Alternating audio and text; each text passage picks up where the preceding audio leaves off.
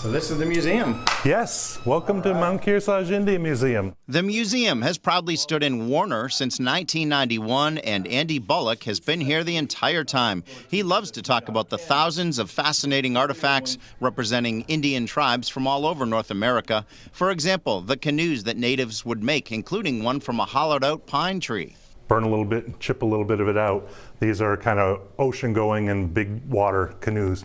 And then we've got some wonderful birch bark canoes too. There's an extensive collection of handmade baskets and snowshoes using ash log from New England. Some of the baskets date back to about 1850. Plus, you can see the teepees that natives lived in. A lot of people are really surprised at the diversity of the collection.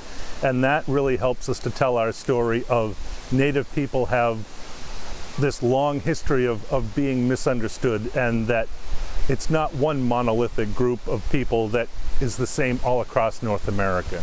So they can compare moccasins in the Northeast and moccasins in the plains and realize how different they are. Andy says there are 600 tribes across North America. A main goal of the Indian Museum is to represent all natives and the diverse cultures within. Making sure that we're telling our story and considering Native people's perspectives as far as collections and positioning and artifacts and all of that sort of thing, but also to have contemporary local artists and musicians and things like that to really fill that out.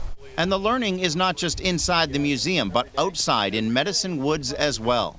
The trail has a little guide that actually has a handbook that shows some of the different things they use for food, medicine, crafts, housing. There are several acres of trails giving visitors an appreciation for how natives used the land to survive while also sustaining the precious resources. It's that respite, that's just that chance to sit down, breathe, and appreciate the beautiful view we have of the Mink Hills in the distance, but also to let people realize that environment is so important to us. The museum sits on 12 beautiful acres and is the only museum that is solely dedicated to Native people. It was recognized as one of the top 10 Native museums in the U.S. They host about 7,500 school kids each year.